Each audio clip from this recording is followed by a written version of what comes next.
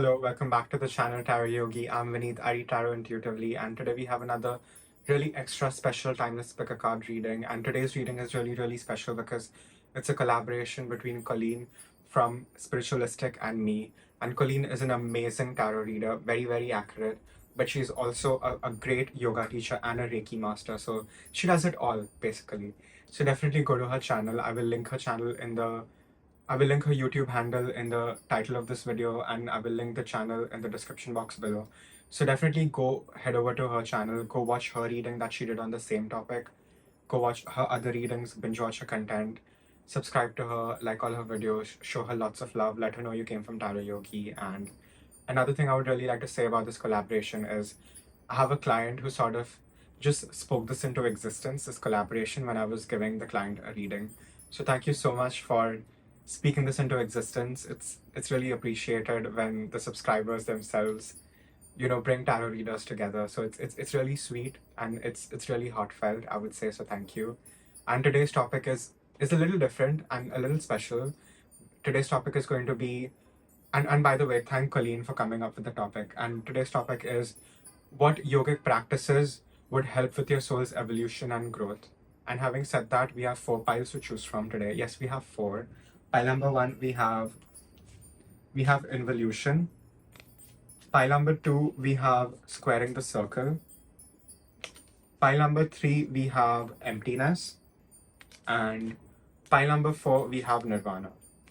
So take a minute, see what pile is being called to you intuitively. The description box below will have the timestamp for your pile. And again, remember, these are general readings, so please take what resonates, leave the rest. And if you like my style of reading, please like this video, share, subscribe, comment. It means a lot. It helps the channel grow. And if you want to reach out for a private reading, you can definitely do that. My email ID and my Instagram handle are given in the description box below, so you can definitely reach out, and definitely go check out Spiritualistic's channel. And I will see you guys in your reading. Thank you. Hello, pile number 1. If you chose the involution card, this is your reading on what yogic practices will help you with your soul's growth. And this is a collaboration between Spiritualistic and me, so you definitely have to go check her out on her channel. I will link her YouTube handle in the title of this video, and I will leave the link for her channel in the description box below. And today we're going to be covering the Ashtanga Yoga, which is basically the 8 limbs or the 8 aids of yoga. And having said that, pile number 1 would be aid number 5. So the first 4 is going to be covered by Spiritualistic on her channel. So I would really advise you to check those out before, because those are sort of the foundational practices for what we're going to be discussing now. And having said that, we're going to get into some definitions first.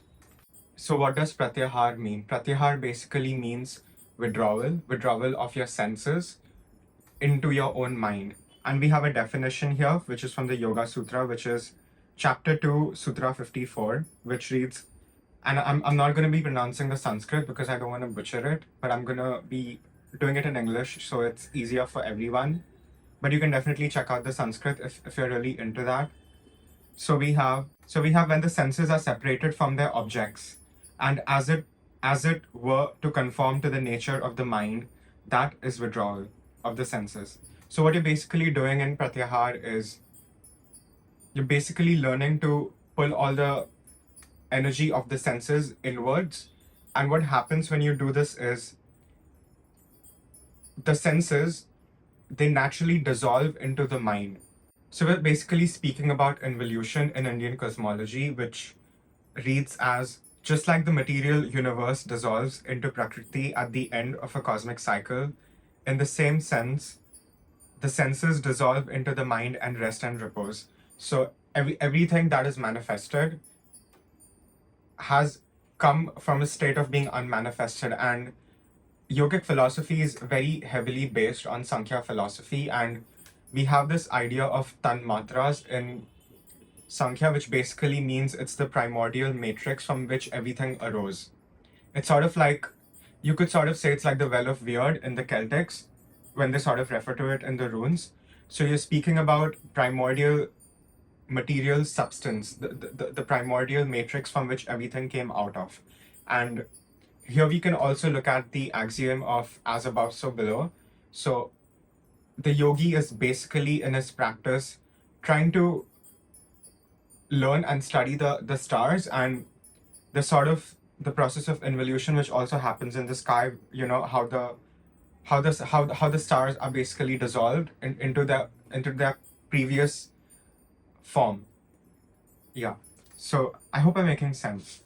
And the trick over here is the senses will naturally come to rest in the mind as long as the mind is not very active.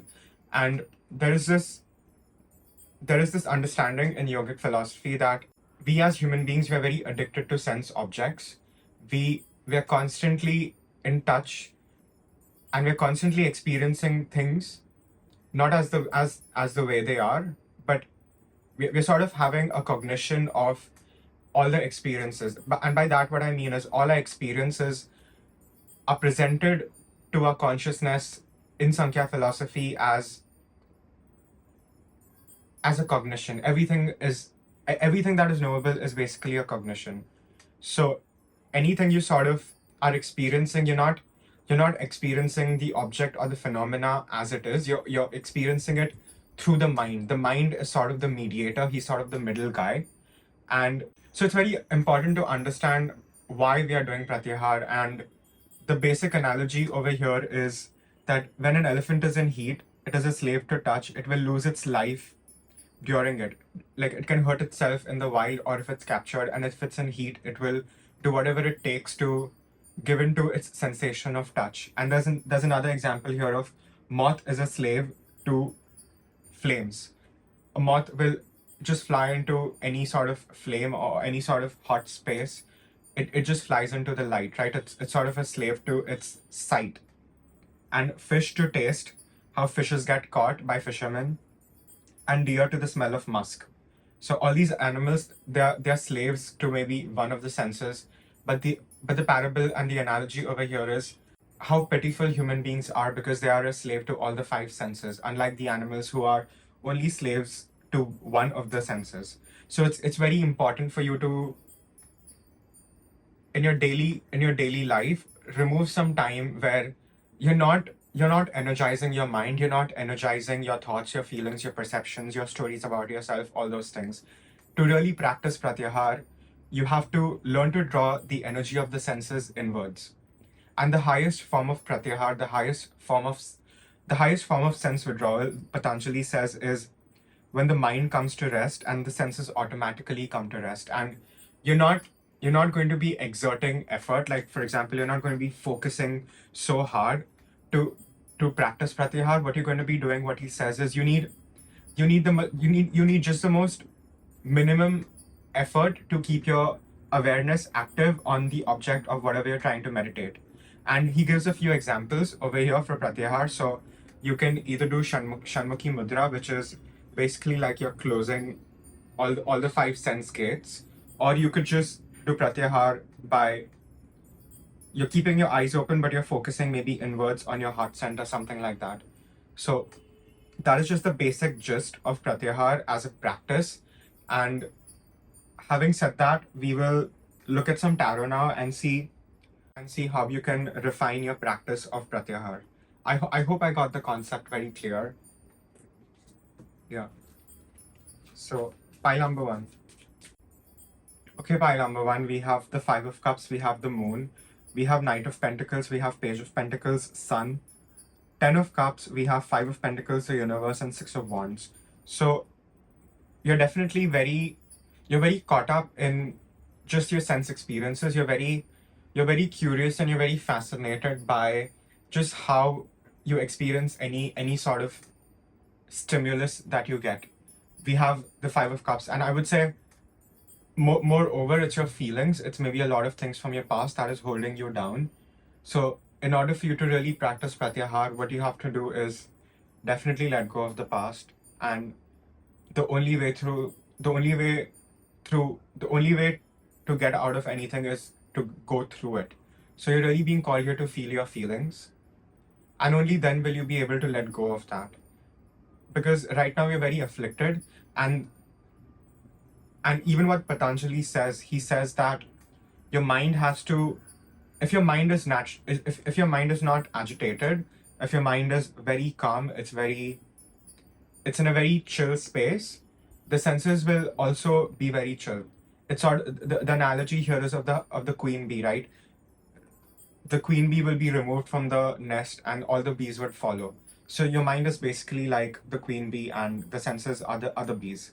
So you can put a lot of effort in trying to practice pratyahar, but it will not work for you if you are so caught up in your feelings, because it's sort of the opposite thing, right? Instead of feeling your feelings and doing all that and creating narratives about it and having samskara being deposited over here, what you're doing is you're sort of maybe tracing back your feelings to the origination of maybe at what point did you get hurt and what is the more underlying core issue over here that you're not able to see and face. So the more you're able to do that, then naturally you will lose this sort of attachment and aversion you have towards sense objects. And this is exactly what Patanjali talks about. You sort of need to have a desire over here to experience this, to really experience this, and only by experiencing this will you realize that you're truly not your mind. What does it mean when someone says you are not your mind? It doesn't mean anything to you personally unless you've had an experience of what exactly does that mean. And this is sort of a step towards you realizing that you are not your mind. And for that, you sort of have to sort of cleanse your mind. And I think Spiritualistic will definitely go in a lot of detail over here in a foundational practice video where she's talking about yam, niyam, asana, and pranayam. So all those things will help you get into, firstly, the habit of practicing, having discipline, abhyas. And the second thing, the most important thing Patanjali says is detachment. You will naturally be in a space of detachment from sense objects. And this itself will help you basically understand your true essence nature that is even beyond the mind, and even just the true essence nature of the mind itself. So you can even do this as a scientific experiment of just being aware, and do realize that being aware, being mindful, it takes energy. So the more you just learn to withdraw your senses inwards in any sort of sense, you can even do this outside, and you will reach a point where even if there's a lot of noise outside, for example, you're not going to be irritated, you're not going to feel distracted by things. And I think this is a very important practice, because I think even my generation and the generation after me, the younger generation, with TikTok and YouTube shorts and things like that, people's attention spans have become very, very, very horrible. So I think learning to get into doing these practices will really help you in a very major sort of way, because you have to also detach from your sense of just the world.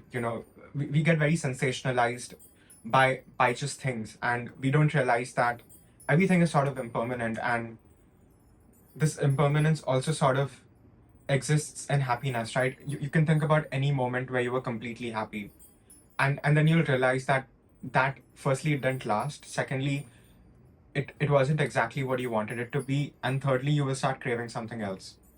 So in doing this practice, you will naturally come to a place where you will be able to detach. And this is very difficult to explain, to put it into words, but I'm doing my best. So, and the reading ends with Six of Wands, and we have the Universe card. So the goal of yoga is to, the ultimate goal, I would say, is to sort of make sure that you're not being reincarnated into this endless cycle of rebirth and death. And that's sort of what the Universe card or the World card signifies for me, because again, in the traditional imagery, we have the Ouroboros eating its tail, right? So doing these yogic practices while you're alive, it will give you a sense of control for the time when you're about to pass. And you will have, and they say, right, there's this saying that yogis can control their breath, therefore they can control the time that they will pass. So I think that this is very important. This is a very important thing over here, that just learning and practicing this, just this process of involution, this process of dissolving your senses in the mind, this itself will just give you that insight, that sort of spark you need to understand that there's something so much deeper happening than what you even realize. Yeah. I shuffle some oracle. See if I missed anything. Okay, pile number 1. So we have the harlot card, and it's a very funny card, right? And I would say, I think this is just reiterating what I've been trying to tell you is there has to be a desire, there has to be a true desire to experience this sense of inner stillness, this you being extremely quiet. And for example, for you to even sit for so long and to have that patience, you need to cultivate it through your asana practice, through your pranayam practice, which I'm sure spiritualistic will really go into in a lot of detail. But detachment is really required of you, and a desire to experience the nothingness, the emptiness, that is also really required of you. Otherwise, you cannot force this. And I would say pratyahar is sort of the bridge, right? It's sort of the bridge between the what you call bahiranga yoga and antaranga yoga, which basically means the outer yogic practices and the most subtle inner practices. And this is exactly the bridge in between. So a lot of people don't make it past just practicing asana, right? Because yes, you can be super flexible, your body looks really good, and sure, even if you do it for superficial reasons, you will sooner or later realize, if you do it long enough, that you're gaining so much more. And this is the so much more, if that makes sense. So this will not work for you if you don't have the desire to experience it. And this will not work for you if you haven't disciplined yourself, if you're still very attached or very averse to any sort of sense objects. So detachment, vairagya, is sort of the key component to this whole discourse, I would say. Yeah. Any other messages? Yeah, that's all I have for pile number 1. Again, it's a general reading, so please take what resonates, leave the rest. And if you like my style of reading, please like this video, share, subscribe, comment. It means a lot, it helps the channel grow. And if you want to reach out for a private reading, you can definitely do that. My email ID and my Instagram handle are given in the description box below, so you can definitely reach out for a private reading. And please do go check out Spiritualistic on her channel. Go show her lots of love. Go subscribe to her. Go binge watch all her readings and let her know you came from Tarot Yogi. And I will see you guys in your next reading. Thank you. Hello, pile number 2. If you chose Squaring the Circle card, this is your reading on what yogic practices will help you with your soul's evolution. And this is a collaboration between Spiritualistic and me, so definitely go check her out on her channel. I will tag her YouTube handle in the title of this video, and I will leave the link to her channel in the description box below. So having said that, pile number 2, we have Squaring the Circle, and this is the pile of dharana, and dharana basically means concentration. So first we look at a definition that I have from the Yoga Sutra, and this is in the 3rd chapter, the 1st sutra, which reads, concentration of mind is binding it to a single place, which is called dharana. And the analogy here basically is we sort of have this metaphor of oil dripping.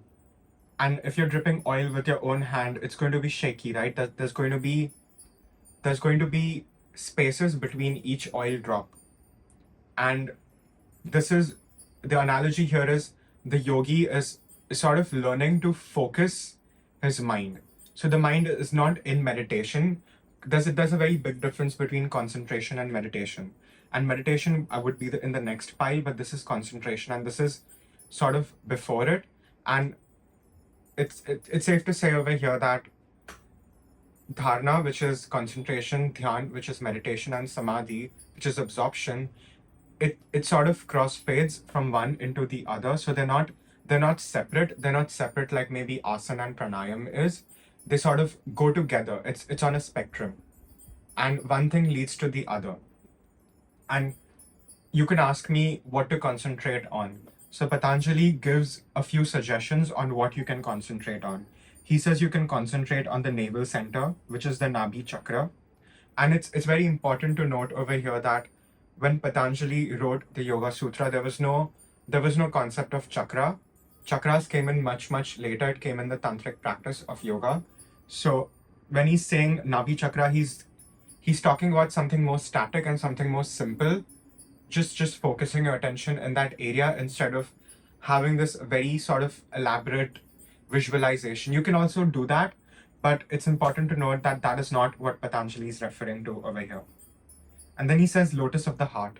And again, this it's something very similar where he's asking you to focus at your heart center, and you can visualize a lotus.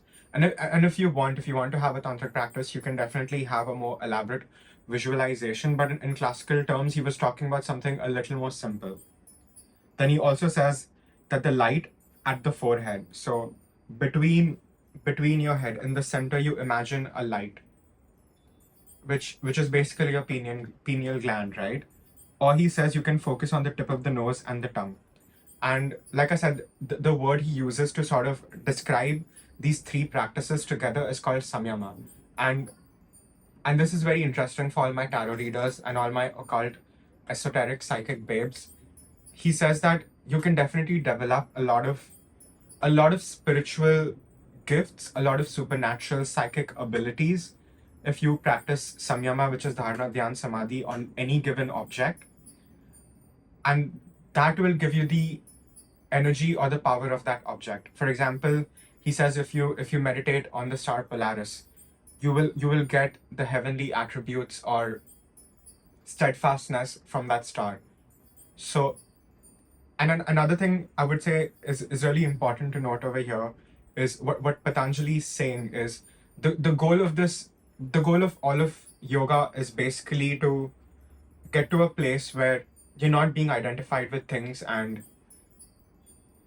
to make sure that you don't reincarnate on earth. It's basically about breaking the cycle of rebirth and death, the constant endless cycle of rebirth and death.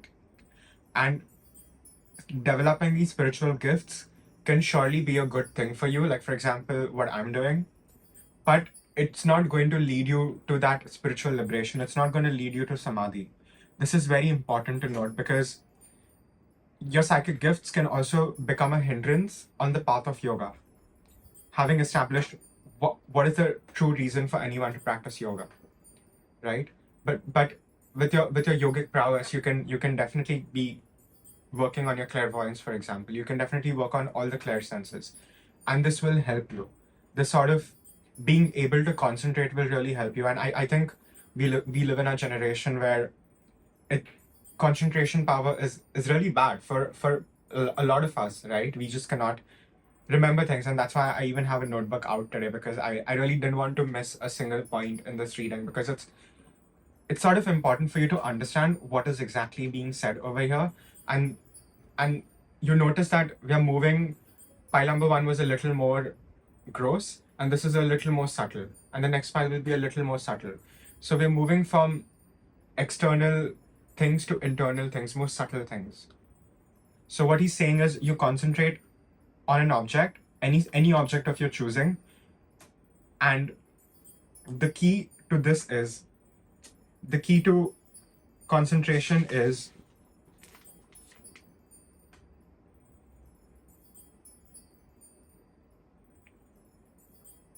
the key to concentration or dharana is that it should be done with the least effort possible. And this is very interesting because you're sort of applying the same formula of your asana practice, which I'm sure Spiritualistic is really going to go into a lot of detail on. So please do go check out her video where she's covering asana.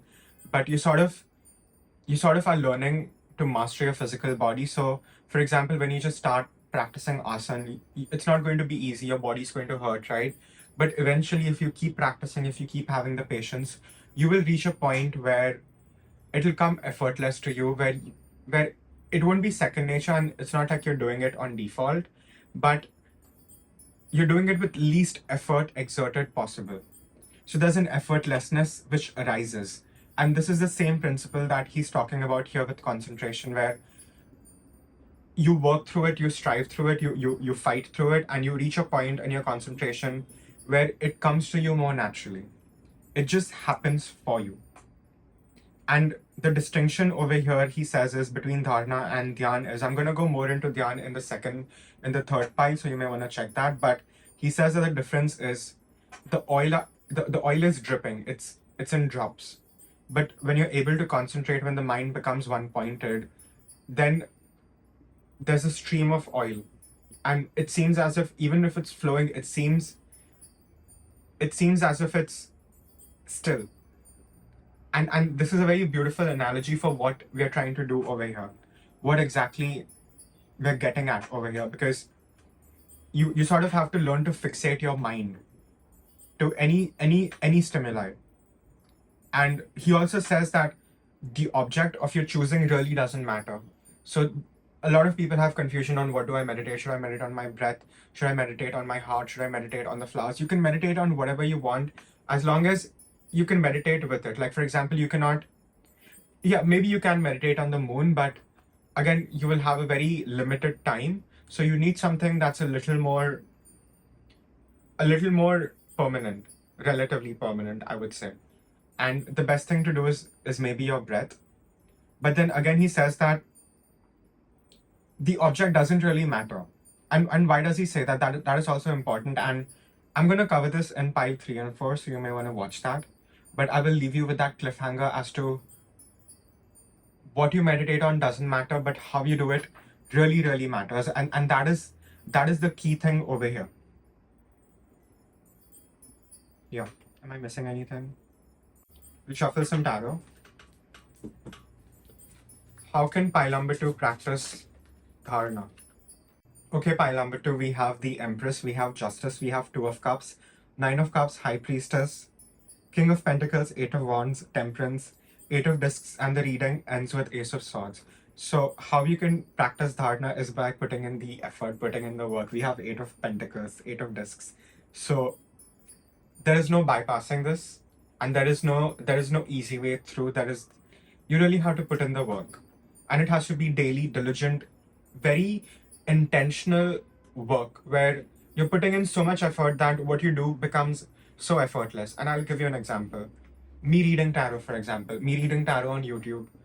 When I started, I was just getting into the flow of it, and now the flow comes much naturally to me after doing like 100 pickacard readings. So this is very important. You're not going to be gaining any sort of mastery over here. You will be stuck. You will be stuck.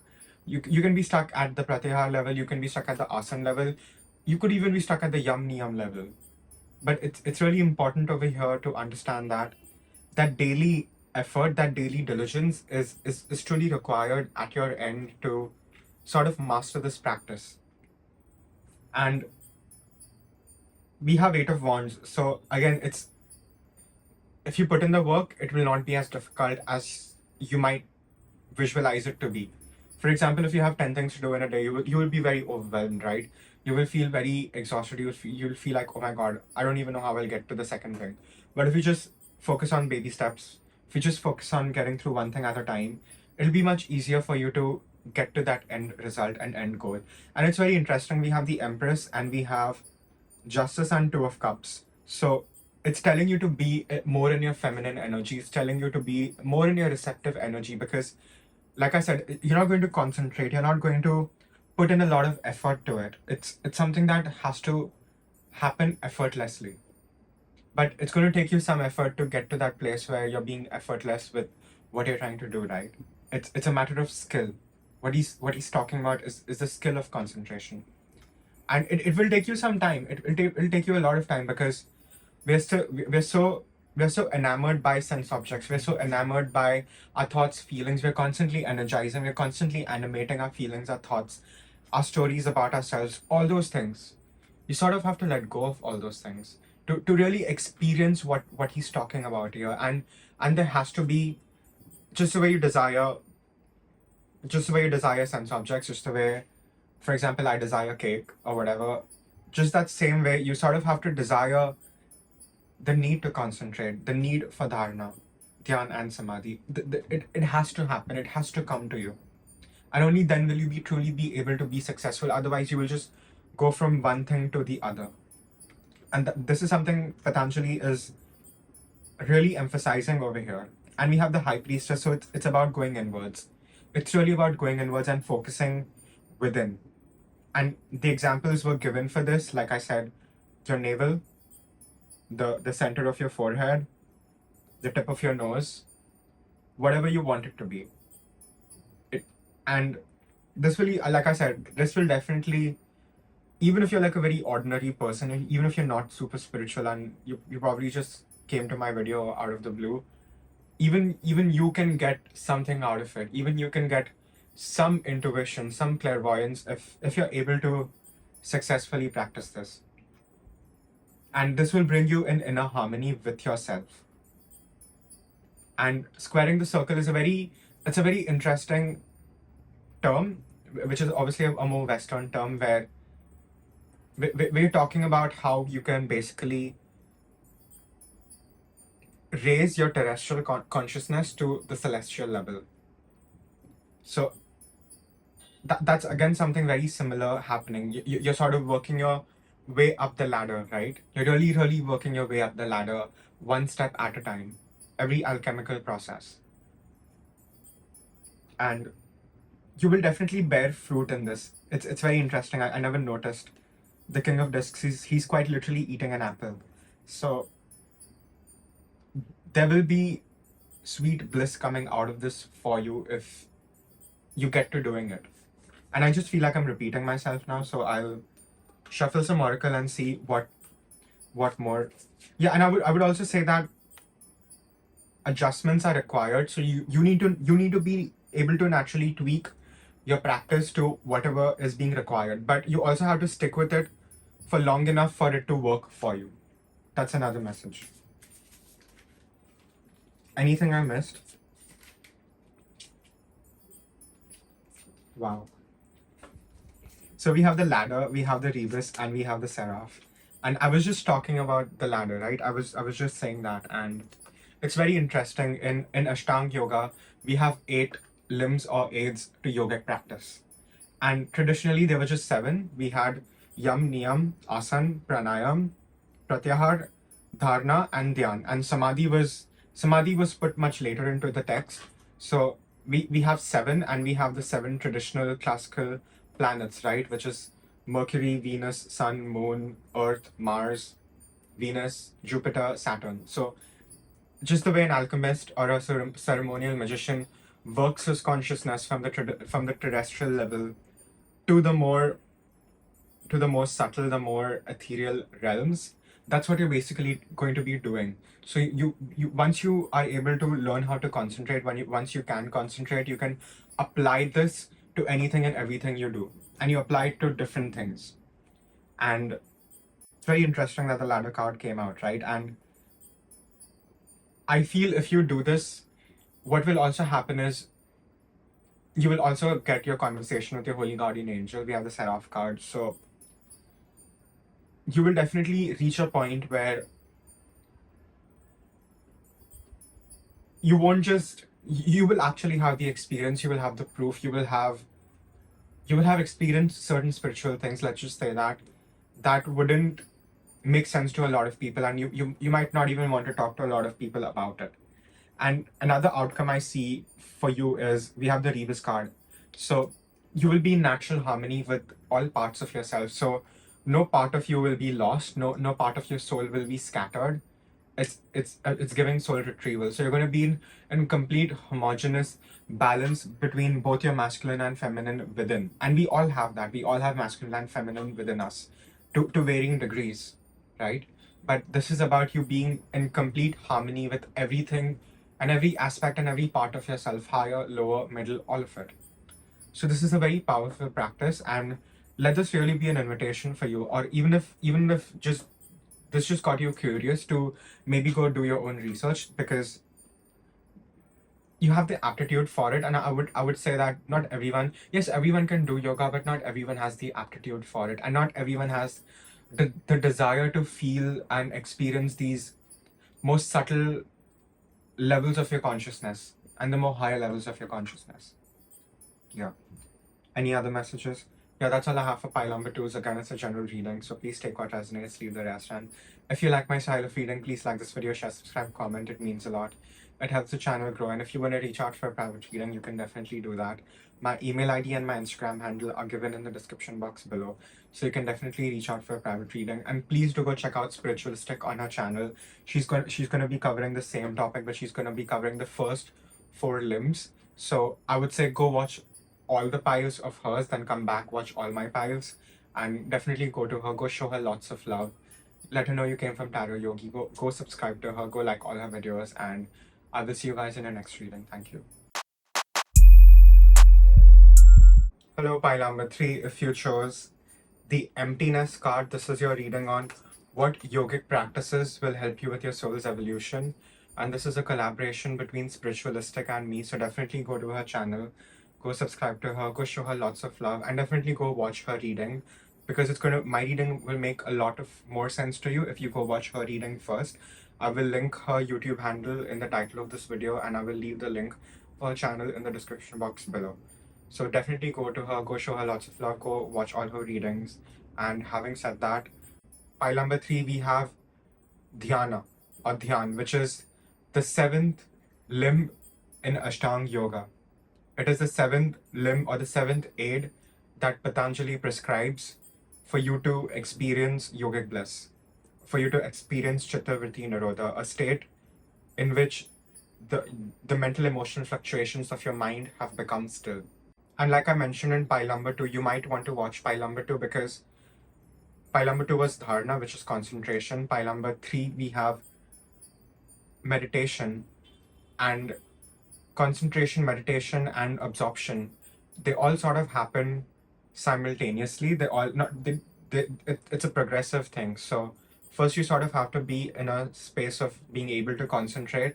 And then once you learn to sort of concentrate enough, your mind becomes trained to focus, and it becomes one-pointed, where you're not being bothered by. So for example, if I'm looking at a tarot card, I can see the tarot card, I can see the colors, I can see what is written on it, I can see the symbol on it. I have certain thoughts, the tarot meanings I've learned over the years, it all comes to me. That is sort of the first step. And then the second step, all your thoughts and feelings and all your memories of those things, they go away. And then you're sort of experiencing the object as it is. And you're experiencing the object as, eventually you experience the object as light and color and pattern of light and color. And this is what meditation is, where you're refining your ability to perceive things, and you're refining your awareness itself by focusing it and binding it to one object. And that word binding is very important over here. And like I said, it's important for you to understand that only by learning to concentrate, only by doing dharana can you do dhyan. So definitely watch pile number 2, because that will also sort of explain how you can reach this stage.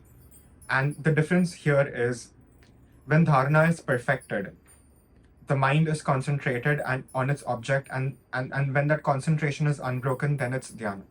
So meditation only happens, the flow of meditation only happens once you have mastered your mind in terms of making it bound to one object only. And this is important. So from dharana to dhyan, from concentration to meditation, you're not shifting your object of meditation. This is very important. You're continuously meditating on the same object. Otherwise, you'll again go back to the state of concentration.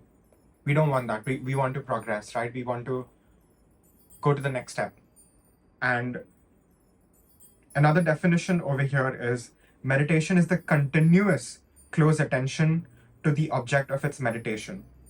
So meditation is basically the flow of awareness in the same cognition or the same object. Like I said, you're not shifting the object. And what happens here is, so we have the analogy of the oil dripping. For example, if I have an oil can and I'm pouring some oil, there will be drops. It's not continuous, it's not concentrated, right? But for example, if a machine is doing it, if a machine is pouring oil, then the stream of oil almost seems still, it's that there are no drops, it's continuous. And even though it's flowing, it becomes still. And this is a very interesting analogy he's sort of inferring to here, because just the way the oil, even though it's moving, it becomes still. This is what happens to your awareness, where the mind itself is dissolving. And we'll get more into this in the Samadhi chapter, which is the next file, so you might want to watch that as well. But just the most important thing over here is for you to understand that the difference between dharana and dhyana, the difference between concentration and meditation. When does your concentration become meditation? That is the key component over here. And like I said, the object of your meditation doesn't matter so much as to how you're doing it. And why doesn't the object matter? Watch pile number 4. I'll cover that in pile number 4. I'm building up some momentum over here. And I would definitely say watch all the piles in my reading as well as spiritualistics reading, because for you to really make sense of what I'm talking about, you sort of have to understand the foundational practices, which is going to be covered by Spiritualistic on her channel. So definitely go watch her. But coming back to what I was saying here is, you have to understand that,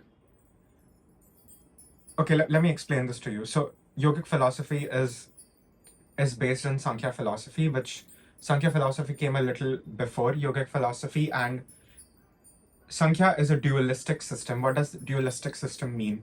It means that there is consciousness and there is primordial materiality, and they're separate things, they're separate realities. And they sort of interact with each other through the tool of the mind. We usually think we are our mind, we think we are our thoughts, but the goal in yoga is to realize that we are not our mind. And what does it really mean to say you're not your mind? Watch pile 4 for that. But this distinction of anything knowable, anything that you can know in the perceivable or even imperceivable universe, the only way you can experience an object is through your mind. It is through your cognition. It is through the mental emotional fluctuation of your mind. You will never experience an object completely in its entirety, in its pureness. We can only sort of get an inference of what the object is. And what you're doing by learning to meditate is you're learning to eventually dissolve the mind, to really see that you are not your mind. And I hope I'm making sense, because this is a little complicated and this is a little bit technical over here. But the best analogy, like I said, is the oil dripping. So when there are no drops, when it becomes a streamline oil, when the pouring is very streamlined, I think there's a word for it in English. What is it? I think it's something like Lumiere phenomenon or something like that, where even if the oil is being poured, it looks still. And this is the state you want to bring your mind in. Anything I'm missing over here? Yeah, like I said, mind takes objects of senses and presents it to the consciousness. So the goal over here is to experience the object in its entirety without the cognition of the mind. And you really need to have a desire. There really has to be true desire at your end to experience this. Otherwise, this will not happen to you. So you cannot force this. You can definitely not force this. There's no you having the right thought that, okay, I am in meditation, I am in dhyana. It doesn't work. It's sort of a subjective experience. And if you're patient enough to concentrate, sooner or later it will lead to meditation where you're fixated. Even your cognition, your mind is fixated on the same object from one moment to the next. And something very beautiful happens there. But we'll get more into detail with some tarot, I feel now. How can pile number 3 experience dhyana?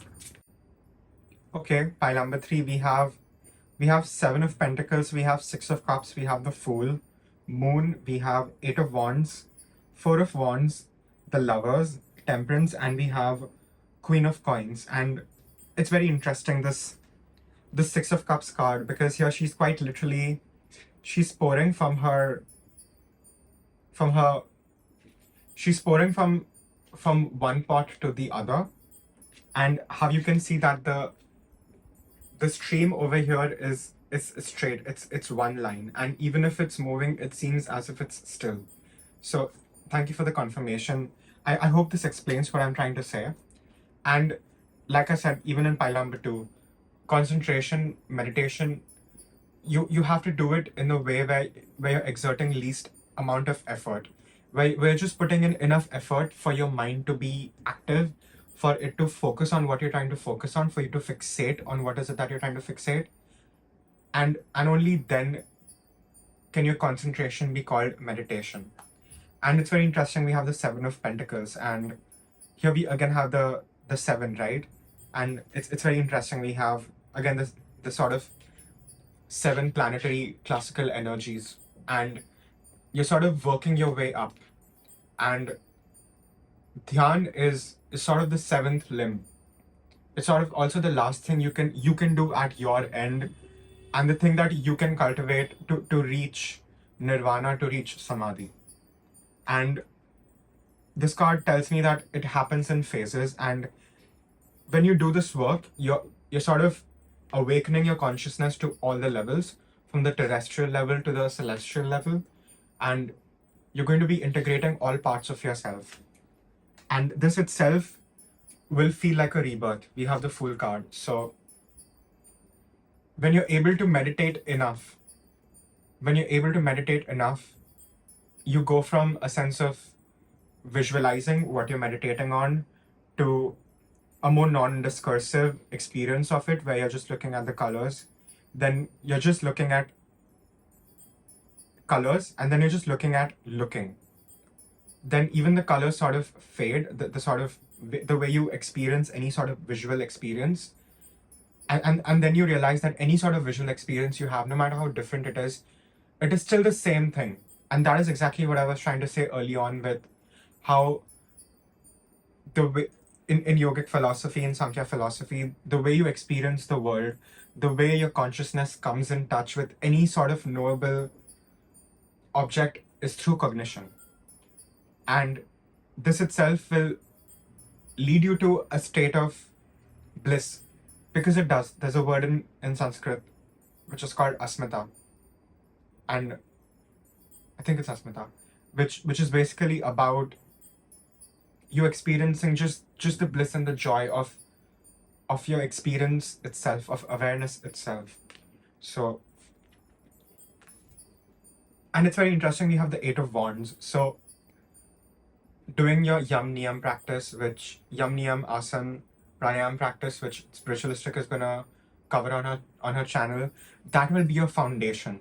So I would say go watch all the piles in her reading, because only then will what I'm talking about make a little more sense to you. And only when you have that strong foundation, then the path becomes very easy for you to walk. And it's very interesting, we have the Moon card here as well. So I said this in pile number 2 as well. So if you're a tarot reader of any kind, if you are a medium, psychic, whatever, you can use your yogic prowess. You can use your ability to meditate and concentrate, and you can maybe focus on something like the fixed stars. You can maybe focus on planets. You can focus on whatever you want, and focusing on those things will allow you to get the energy of that object. So you can definitely increase your spiritual gifts through this technique if you apply it a little differently. But that is not what Patanjali is talking about. That's not what yoga is about. And this is where even your psychic gifts and your clairvoyance and your abilities become a hindrance to your spiritual goal, which is complete liberation, complete sort of nirvana over here. So that is an important message here as well. And we have the Lovers card. So needless to say that there is a sense of greater conjunction which happens over here within all the parts of yourself. And this itself leads to creation of something new. You're sort of creating a higher level of consciousness within yourself that you're getting access to. Because after 7, classically, we come back to, again, 1, but that 1 is not the same as the 1 that you were before at. This is a more This is a more elevated, a more higher level, so to speak. And we have temperance, so you will really create a lot of balance within, and this inner balance will be reflected on the outer balance of just your life and beauty and harmony within your life. So meditation will definitely help you, right? Meditation will definitely help you even with the mundane things. It'll even help you with maybe managing your finances better, whatever it is. But what Patanjali is talking about is a little more deeper. He's talking about really going inwards, because this is even more subtle now, right? From concentration to meditation. And yeah, I'm just seeing a lot of conjunction over here. So pile number 3, maybe you're not as balanced as you want to be, and just getting in this practice will definitely get you to your desired result, if that makes sense. Shuffle some oracle, see if I missed anything. Okay, pile number 3, we have card number 3, which is redemption. And this is a very interesting card, isn't it? Because she's sort of dying, but she's also coming alive, and she's coming alive to a higher state of consciousness. So I think the message over here is, if you're able to do this successfully, all your past karma will be burnt up. I feel that is really the message over here. All your negative samskaras will be burnt up. And even just doing this will increase your good samskaras that you need for samadhi, and it will reduce those samskaras which are creating obstacles on your path, if that makes sense.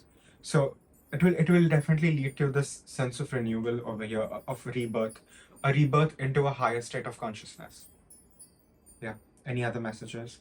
Yeah, that's all I have for pile number 3s. Again, it's a general reading, so please take what resonates, leave the rest. And if you like my style of reading, please like this video, share, subscribe, comment. It means a lot. It helps the channel grow. And if you want to reach out for a private reading, you can definitely do that. My email ID and my Instagram handle are given in the description box below, so you can definitely reach out for a private reading. And definitely do go check out Spiritualistic on her channel. Go show her lots of love. Go watch her videos. Go binge watch her readings. And let her know you came from Tarot Yogi. And I will see you guys in your next reading. Thank you. Hello, pile number 4. If you chose the Nirvana card, this is your reading on what yogic practices will help you with your soul's growth and evolution. And this is a collaboration between Spiritualistic and me.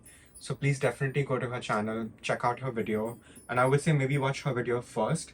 And I would say watch all the piles, and then you can come and watch all the piles that I have done, because that will make more sense to you. Because what she's going to be covering the more foundational practices and aspects that you need to master before getting to this level, if that makes sense.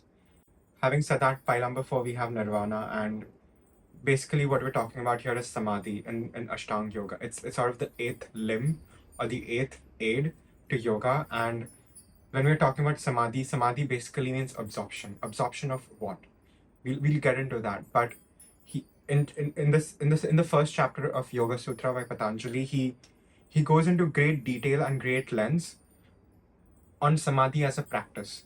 But when he's talking about samadhi in the Ashtanga Yoga, he's sort of talking as the result, the sort of the goal. That we cannot call it the result, let's call it the goal. That's sort of the state or the place you want to really get at. And he sort of divides samadhi into 2 parts. He divides it into discursive and non-discursive samadhi. And he basically says that absorption, samadhi, has 4 cognitive contents, 4 forms: reasoning, reflection, rejoicing, and I amness. So when you're doing samyama, when you're doing concentration meditation, there are 4 stages that happens if you're patient enough to get through it. The first stage is the reasoning. For example, if you're looking at a tarot card, all the tarot meanings, memories, certain correspondences, all the verbal thoughts that you have about it. First that goes. Secondly, then it's just reflection, where you're just visually enjoying what you're seeing, and you're seeing, you're not even seeing the image anymore, you're just seeing. And what you're seeing is the pattern of color. And you go from the pattern of color to just seeing itself if you focus hard enough.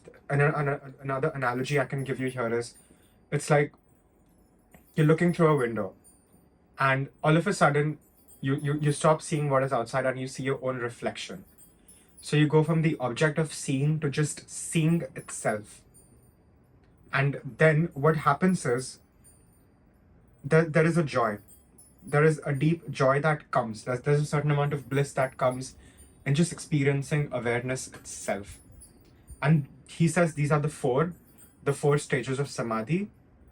And he also says there's something called the other. So when you're having these experiences, your samskaras still remain. What are samskaras?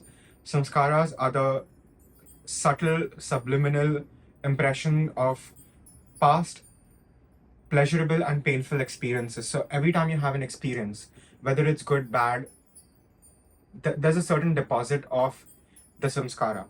That's what it is. It's sort of the subliminal impression of that past experience, whether it be pleasurable or painful. And samskara still exists at these 4 levels. And what happens here is you're concentrating. Okay, then you're meditating. Then meditation naturally happens. And then what happens in meditation is whatever object you're focusing on, that your mind itself collapses into that object. The mind dissolves into that object. There's a sense of involution that happens over here. And that is when you realize that you're not truly your mind. It's important for you to understand that you are not your mind. What does it mean when someone says you're not your body, you're not your mind? What does that mean? It doesn't mean anything to you unless you have an actual experience of that. So this is what Patanjali is talking about when he says that you directly experientially realize that you're not your mind, and the mind basically dissolves into the object. And this is why I was saying in pile number 2 and 3, the object of your meditation doesn't matter. It could be just anything.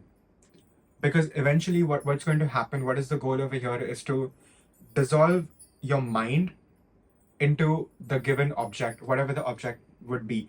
And I think when Patanjali is saying mind, he's basically saying chitta, which is a Sanskrit term which could roughly be translated as your thought and emotional organ. In yogic system, you don't see your thoughts and emotions as separate. You sort of see it as arising from the same source. And this is what he's saying, that the fluctuations of your mind become still. And only when that happens do you realize you're not your mind. Because in the yogic system of Patanjali, which is based on Sankhya, it's a dualistic system where the basic understanding is that your consciousness interacts with any sort of knowable object through cognition. Your mind is the middle guy. Your mind is the intermediary for you to experience anything. So we get identified with the mind over here. But that is sort of the correction that samadhi is about. And these are just the 4 stages. And then he also says there's something called the other, which is sort of the seedless samadhi. So true distinctions can be seeded samadhi, which are the 4 stages, and seedless samadhi, where you reach kaivalya, where you reach a point where you truly have control over life and death, where you can control your own breath. And even those past samskaras, like I was just telling you about, they don't exist. They all have been burnt up. All your karma has been burnt up. So therefore you never reincarnate in the world again. And this is very important to understand. So the definition that we have over here is samadhi is the state in which the object of meditation alone shines forth, and the act of knowing is wholly transparent, empty as it were of its own nature as cognition. And you have to understand that to reach this state, you have to really be good at the first 7 practices, the first 7 limbs or the aids of yoga, which is yam, niyam, asana, pranayam. Yam niyam is more about how you relate to others and yourself. Asana is about your body. Pranayam is about your chi, it's about your prana, it's about your life force, which spiritualistic is going to go into a lot of detail on. And I would really say that please do go watch her video first, because that is the foundational practice for you to reach this level. Otherwise, if you don't focus on those practices, if your body's unhealthy, if your breathing is abnormal, you're not going to be able to sustain or reach these states in the first place. So spiritualistic will definitely go into a lot of detail on how you can do those practices. But that is the base. That is your foundation. And all these things come much later on. And like I said, the goal over here is to merge your mind with the object. So, and that is the key thing over here. You are not merging. The very general idea of yoga is yoking, right? People say you become one with the universe, God, all that. That is not what Patanjali is talking about. What Patanjali is talking about here is a little more technical. He's saying that you are not your mind. You don't merge, your mind merges. So that is how you experience this undying part of yourself, this part of yourself that is not afflicted by anything that has ever happened to you. And you can only truly experience this for yourself. It's very difficult to put in words, but this will only happen when your mind dissolves into the object of meditation.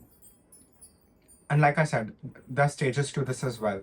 There are stages to samadhi as well. And another sort of benefit that happens, and I would say this is for my tarot readers and my occult psychic babes. What happens is when you reach, or even you taste samadhi, what happens is your insights, they become clearer, they become more vivid, they become more clear. So for example, if you're getting crazy dreams, once you reach or you're close to samadhi, your interpretation of them will be more accurate.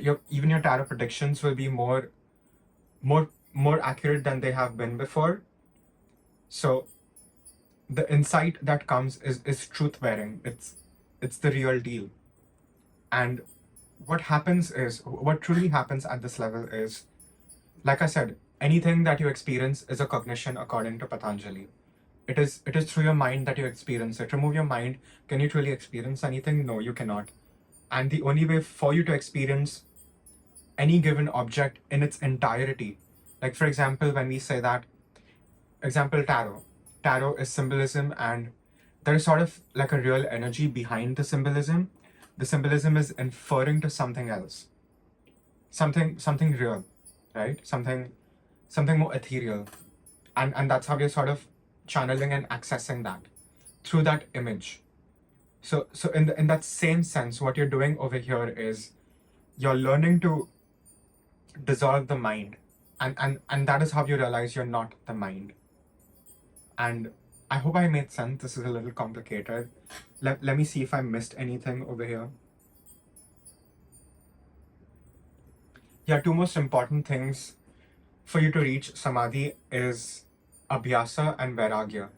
What does abhyasa and vairagya mean? It means daily practice, abhyasa. So whatever practices you're doing, which are all the 7 limbs of the yogic practice of Ashtanga Yoga, you're doing all 7 of them daily, maybe multiple times a day, however you can accommodate it, maybe even 5 minutes. And it is through daily practice and detachment. And when he uses the word detachment, you really have to have real desire. You need to have true desire to experience the nothingness. You need to have true desire to experience the samadhi, the absorption. There has to be there has to be curiosity at your end. There has to be a real desire to free yourself from suffering, because that's what basically samadhi is. You're freeing yourself from the cycle of rebirth and death, and that is how you make sure that you're not being reincarnated, which is the goal of yoga. And this is why he says aids or limbs, so it's only by doing these things do you get the result, which is samadhi. So you cannot force yourself to get samadhi. You cannot say, oh, I had an experience and that was samadhi, because there is no mind in samadhi. There is no cognition of you. So you exist with the object without the mind. Where you can really experience the object as it is, then how you're perceiving it to be, the misconception at your end will go.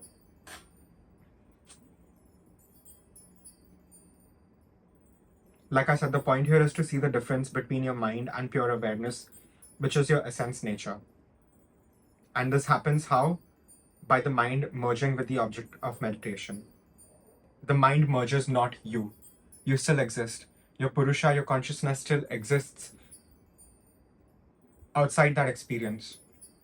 So again, this is, unless you practice, all of this will just be like mental gymnastics. Hence, Abhyasa and Vairagya, practice and detachment, are sort of the core and key components to a successful yogic practice. Having said that, we'll look at some tarot and see if I missed anything. Okay, pile number 4, we have 4 of Vajras. We have Garuda, which is the animal of double Vajras, which is basically the Knight of Cups, I think. Yeah. And we have Elephant, which is the animal of Vajras, which is again the Knight of Swords. Then we have the Wheel of Life, which is Wheel of Fortune. We have the Lovers. We have 10 of Vajras, Temperance. We have Padma Dakini, and we have 10 of double Vajras. So when I said there really has to be a desire for you to experience this. So when I said you need to have desire to experience this, make sure it doesn't turn to fanaticism. That is also a very important message over here. You sort of have to take the middle path with the Temperance card over here. And 4 of Vajras is very interesting, right? It's 4 of Swords. It's quite literally the meditation card, and we have Wheel of Fortune. So you will definitely be able to transcend the samsara, the cycle of rebirth and death, the continuous cycle of rebirth and death. If you're able to do this, you will eventually reach 𝐘𝐈𝐂𝐂. You definitely will. And if you're watching this reading, I really want you to know that you do have the aptitude for this. And I would even say maybe look at your astrological birth chart and see what planets you have in the 12th house, because that will tell you a lot about whether you can practice samadhi, nirvana in this lifetime or not. That is very important over here. And we have the Knights. So this is still action. And like I said, in order for you to experience samadhi, which is the goal of yoga, complete absorption, for you to experience that, you sort of have to do all the 7 practices given before this, and the 8th thing just happens automatically. And it's very interesting. So here we have the Lovers card, where we have Siddhartha and Yashodhara, and this is very interesting because this is the moment Siddhartha leaves to become the Buddha. He basically leaves his wife and his child behind, right? To emancipate himself from the samsara cycle.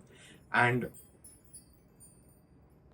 when you experience samadhi, what also happens is you experience universal love, the sort of anima mundi that we speak about in tarot, right? In the world card, the sort of ending of cycles, so to speak, over here, and you're able to transcend that. And you will not be able to experience divine love if you haven't experienced romantic love first. And you will not be able to experience romantic love if you haven't experienced true friendship. So these things are on a grade, so to speak, and they cross-fade into another. So only when you have enough concentration, that becomes meditation, your mind becomes one-pointed. And when your mind becomes one-pointed on an object, what happens then is your mind itself dissolves into the object, and you're not just experiencing the object, you're just experiencing eventually just your awareness itself. And that itself is the greatest sort of joy anyone can ever truly experience across lifetimes, so to speak. And when this happens, I think pile number 4, what I'm also seeing here is you've not had a very easy life, and you've had extra difficult circumstances. And this reminds me of what I was reading about the biblical stories about how the whole analogy of Jesus dying and coming back to life, his resurrection is the testament of God. It's the testament of divine will. And miracles can truly happen after the most difficult experiences. So I think you have to understand that your life has been extra hard, and that gives you the most aptitude to experience what I'm talking about more than anyone you know. So I think that is also a very important message over here. And what this eventually will lead to is, like I said, the truest form of joy you can ever experience. The truest form of joy you can ever truly experience. And people always want People always want something very extreme, something outside themselves, something very quick. But what Patanjali is saying is daily effort, even if it's 5 minutes every day, that is going to make the difference for you. Having that diligence, that discipline in your practice to show up for yourself and practice every day to get through anything and everything, that is where your true mastery lies. And like I said, a lot of people don't want to experience this, right? A lot of people love being in the earthly realm, and there's nothing wrong with that. We are here to enjoy, we're truly here to enjoy the earthly realm, but sooner or later you will realize that even the happiest experiences you have, they are laced with suffering, because when you get something you want, it's not exactly what you want it to be. When you get something you want, it's not exactly how you thought it would be. And when you finally get something you want, there's always something else you want, you know? So curbing your desires that way, and even just desiring things that will help you. Because again, samskaras has a very wrong understanding, because the more you practice meditation, the more samskaras you will have to fall into samadhi. The more positive conditions you will have to fall into samadhi. So that is also a very important message over here. And samadhi eventually leads to nirvana. It truly leads to parinibbana, which is you making sure you're not being reborn in this cycle of rebirth and death, and you're not even being reborn at a higher level, because there's a very clear distinction Patanjali makes between the sort of good karma that you get, the better karma you get, it's still not going to help you get out of the cycle of rebirth and death. And the goal here is to get out of the cycle of rebirth and death. And this can only happen when you reach a point in meditation where you're able to dissolve your mind into the object, and you can experience yourself, the part of yourself that is undying, unborn, just untouched by anything and everything, that pure part of yourself, a part of yourself that was pre-existing even before your personality came into being. So this is very important. I'll shuffle some oracle. Okay, pile number 4, we have the fawn card, and he's quite a little magical fellow playing his flute, right? And by that, what I'm getting is you have to perfect your skill. And just the same way, for example, when you learn music, you don't have to be a complete master at music to be good at it. You will gradually get better at it, right? You're not going to be able to play Tchaikovsky right away, right? You're not going to be able to play Beethoven right away, but you will be learning small things which will eventually help you get to that. And that's what I'm really picking up from the fawn card.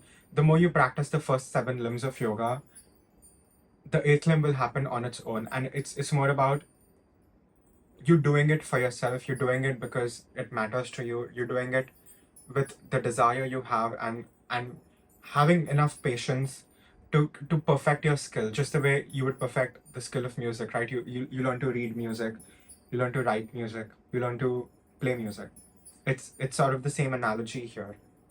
And it's very interesting. He's sort of blowing, right? So it's all about your breath here as well. So focus on your breath. If you don't know what to focus on, like I said, the object of your meditation doesn't matter, because what is happening is whatever you focus on, eventually the mind dissolves into the object.